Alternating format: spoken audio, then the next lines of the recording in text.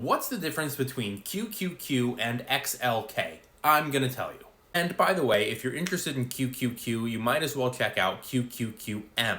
It is the exact same thing, but it has a lower price per share and a lower expense ratio.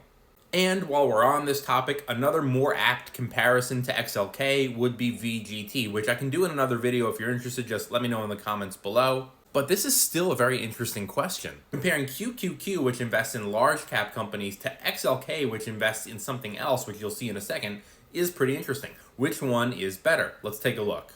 To kick things off, QQQ is $398 per share and XLK is $185 per share. QQQ has an expense ratio of 0.20% and XLK has one of 0.10%. Keep in mind that any expense ratio or fee under 1% is generally considered to be pretty low. Both of these ETFs pay a dividend. QQQ will give you $2.32.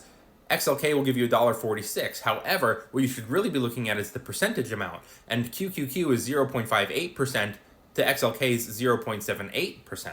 The real difference between these two ETFs is in their holdings breakdown, and you can see here looking at QQQ that their largest holding is tech at 49%, and then communications at 15%, and then commercial cyclical at 14%, healthcare at 6.8%, consumer defensive at 6.66%. What else have we got here? Industrials at 4.9%, and utilities at 1%. But what does XLK invest in? 100% technology stocks.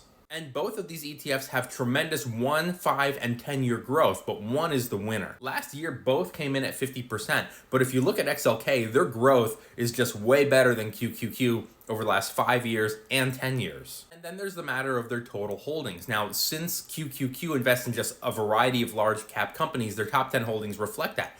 Apple, Microsoft, Amazon, AVGO, which is Broadcom, Meta, which is Facebook, Nvidia, Tesla, Google, both shares, and Costco.